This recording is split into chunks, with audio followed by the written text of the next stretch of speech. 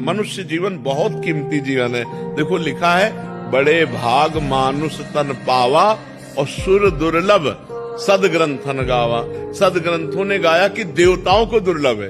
अब बताओ देवताओं को क्या दुर्लभ है यार। और लिखा है देव दुर्लभ देहि दुर्लभो मानुषो देहो। देव दुर्लभ क्यों कहा गया? क्योंकि देवता भजन करके भगवान को नहीं प्राप्त कर सकते। आप भजन करके भगवान को प्राप्त कर सकते हो, पर इतनी बात की दुर्लभता है।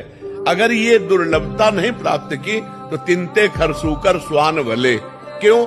क्योंकि वो अपने कर्मों को भोग कर ऊपर उठ रहे हैं, हम ऊपर से अब नीचे गिर रहे हैं। मनुष्य शरीर सबसे ऊपर है।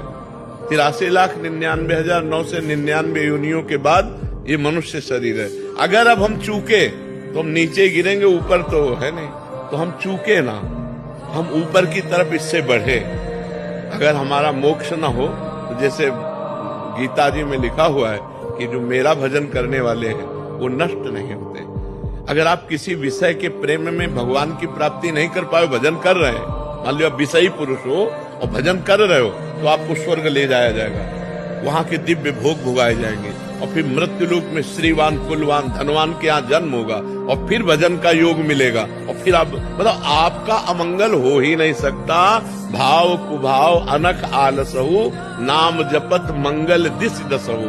दसों दिशाओं में आपका मंगल होगा। इसलिए भगवान की प्राप्ति करना मनुष्य जीवन का परम लक्ष्य है। और साधु को मन को ऐसे मारना चाहिए जैसे बंदर सांप को मारता है।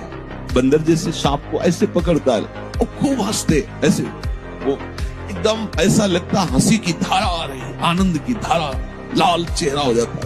बोले वो उसको लेके से पेड़ में ऐसे ऐसे घसता है उसके मुंह को, फिर कान में लगाता है। अगर थोड़ा भी सूं हुआ फिर घसता है, मरने पर भी उस घसता रहे। बोले ऐसे ही उपासक को अपने मन को मारना चाहिए। जरा भी हलचल मन में समझ में आए फिर नाम भगवत चिंतन। जब कोई आपको आदर से बुलाए, कोई सम्मान करे, तो आपकी दृष्टि में भी वो नहीं आना चाहिए, आंतरिक दृष्टि में। जैसे कोई हमें जिस गली में जाते हो गाली देता हो और हमसे द्वेष मानता हो, तो हम उस गली में भी नहीं जाना चाहेंगे, अहंकार होने के कारण।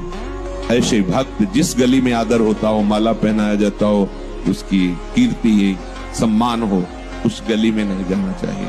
और जिस गली में अपमान होता हो, गाली मिलती हो, हफ्ते में 1-2 बार तो उसमें जाना ही चाहिए, जिससे पता चलेगा कि हमारे हृदय की स्थिति क्या है।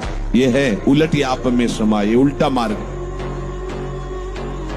जब हम कोई वस्तु सुनते हैं तो उसे भोगने की इच्छा होती है, देखते हैं तो भोगने की इच्छा होती है। जो हमने देखा ही नहीं है, सुना ही नहीं है, भोगा ही नहीं है, उसकी